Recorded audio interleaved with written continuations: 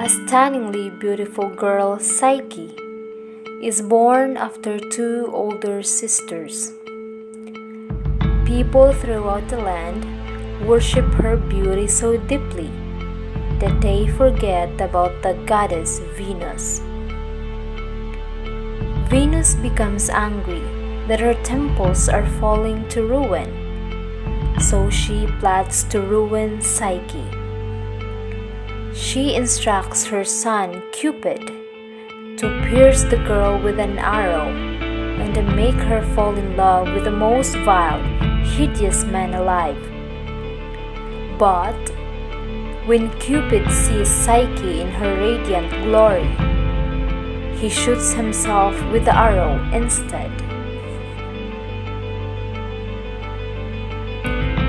Meanwhile, Psyche and her family become worried that she will never find a husband.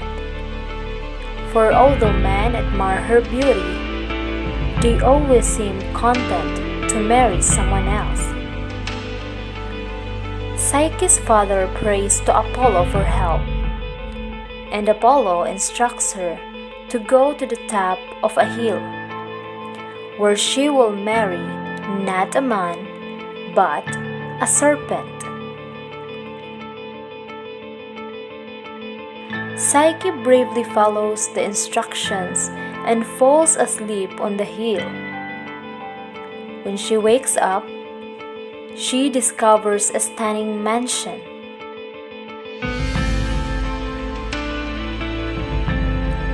At night, in the dark, she meets and falls in love with her husband.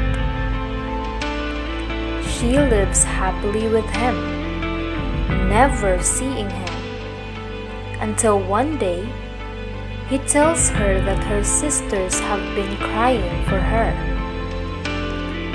She begs to see them, but her husband replies that it would not be wise to do so. Psyche insists that they visit, and when they do, they become extremely jealous of Psyche's beautiful mansion and lush quarters.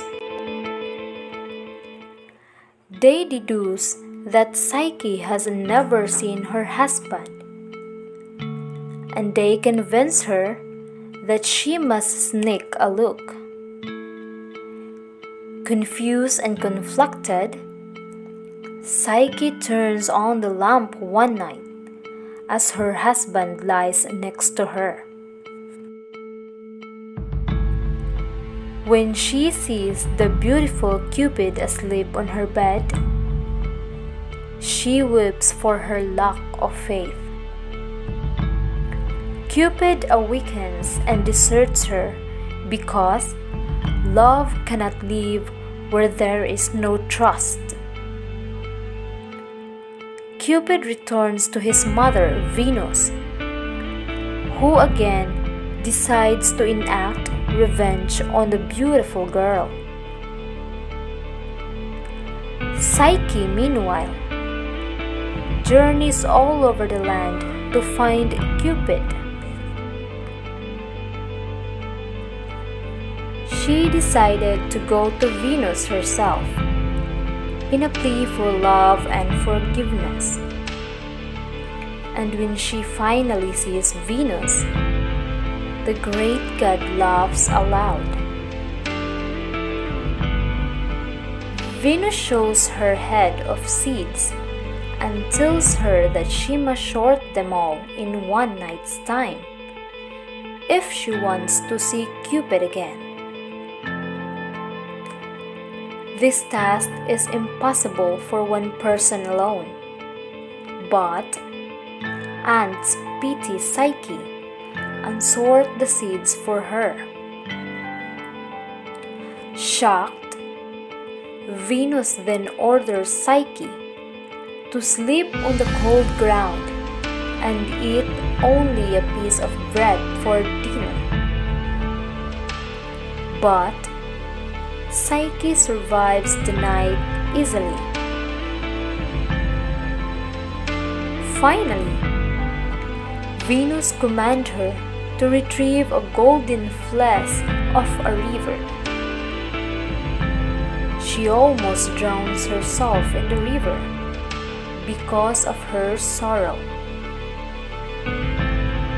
But a reed speaks to her and suggests that she collect the golden pieces of fleece from the thorny briar that catches it. Psyche follows these instructions and returns a sizable quantity to Venus. The amazed goddess, still at it, now orders Psyche to fill a flask from the mouth of the river Styx. When Psyche reaches the head of the river, she realizes that this task seems impossible because the rocks are so dangerous. This time, an eagle helps her and fills the flask.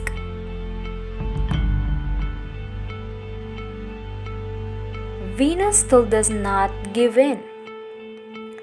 She challenges Psyche to go into the underworld and have Persephone put some of her beauty in a box. Miraculously, Psyche succeeds. On her way toward giving the box to Venus, she becomes curious, opens the box, and instantly falls asleep. Meanwhile, Cupid looks for Psyche and finds her sleeping. He awakens her, puts the sleeping pill back in the box, takes her to Zeus to request her immortality. Zeus grants the request and makes Psyche an immortal goddess. She and Cupid are married. Venus now supports the marriage because her son has married a goddess, and because Psyche will no longer distract the men on earth from Venus.